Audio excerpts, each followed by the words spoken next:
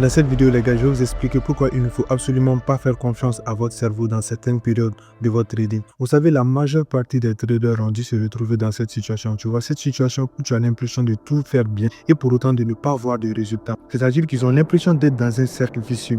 Tu travailles, tu backtestes, tu exécutes ta stratégie, mais pour autant, tu ne vois pas de résultats. Là, je vais vous montrer que dans la majeure partie des cas, ceux qui se trouvent dans cette situation ont tendance à se saboter par eux-mêmes. Par exemple, prenons les 2 premiers mois de l'année 2026. Vous voyez que les conditions du marché étaient plus ou moins favorables, c'est-à-dire qu'ils n'étaient pas vraiment comme les conditions actuelles. Vous allez voir que dans le mois de janvier et février, il se peut que tu as un système, tu as une stratégie, tu les appliques très bien, tu vois ta stratégie générer du profit sur la série de trades que tu as eu à prendre entre ces 2 mois. Et maintenant, au mois de mars, où les conditions du marché n'étaient pas vraiment favorables, vous allez voir que beaucoup de ceux-là auront tendance à forcer des trades là où il n'y en a pas. Et là, je vais vous montrer que juste pour être en position, le cerveau est capable de créer des opportunités là où il n'y en a pas. Par exemple, si on regarde cette image, on voit bien qu'il y a 2 droites où on a l'impression que celle du bas est plus grande que celle du haut. Mais vous allez voir que c'est une pure illusion. Si vous regardez bien l'image et vous prenez votre règle, vous allez voir que la taille des 2 droites sont pareilles. À première vue, vous avez eu l'impression que celle du bas était plus grande que celle du haut. C'est pour vous montrer que ce même principe peut s'appliquer dans le trading. C'est que juste pour être en position, le cerveau est capable de vous montrer une opportunité là où il n'y en a pas forcément.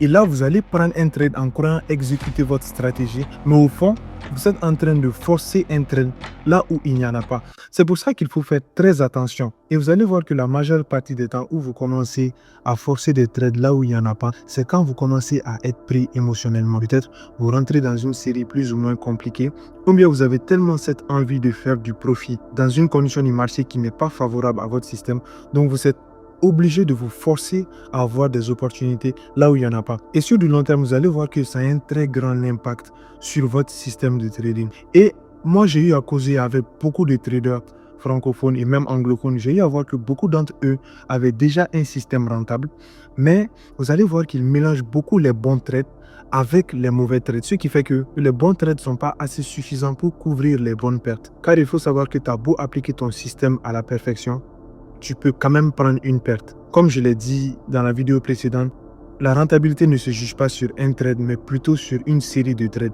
Maintenant, quand vous essayez de voir un scénario où vous prenez des bonnes pertes, vous prenez des bons gains, et dans la performance globale, vous mélangez les bons trades avec les mauvais trades. Là, vous verrez qu'à la fin du mois, vous aurez pu être profitable, mais tout simplement parce que vous avez forcé des trades là où vous ne devriez pas forcer, vous avez fini en négatif.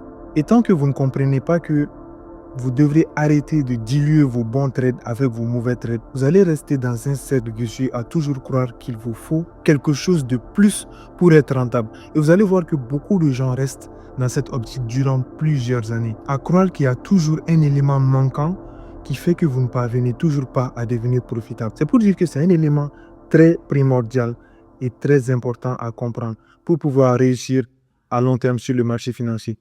Là, je viens de vous exposer le problème, mais maintenant, il vous faut la solution. Moi, qu'est-ce que j'ai eu à faire? Vous allez voir que moi, dans mes débuts, c'est un problème émotionnel dans lequel j'étais vraiment pris et ça m'a ralenti vraiment pendant plusieurs mois. Et comme solution, qu'est-ce que j'ai eu à faire? C'est d'avoir une checklist, c'est-à-dire que avoir un système très mécanique. Maintenant, j'ai décortiqué mon système en plusieurs règles. Vous allez vraiment décortiquer votre système en plusieurs règles, ce qui fera que vous aurez un minimum de checklist à remplir avant de rentrer dans une position. Parce que quand vous donnez trop de place à votre cerveau pour interpréter le marché, vous allez voir que dans une condition du marché plus ou moins difficile, vous avez beaucoup de chances d'être pris par vos émotions. Et ça peut vous ralentir et diluer votre performance. J'espère que cette vidéo vraiment vous a apporté une certaine plus-value et vous a vraiment aidé à voir le marché d'une manière différente. Sur ce, si ce contenu vous a plu, n'hésitez pas à vous abonner et à partager la vidéo.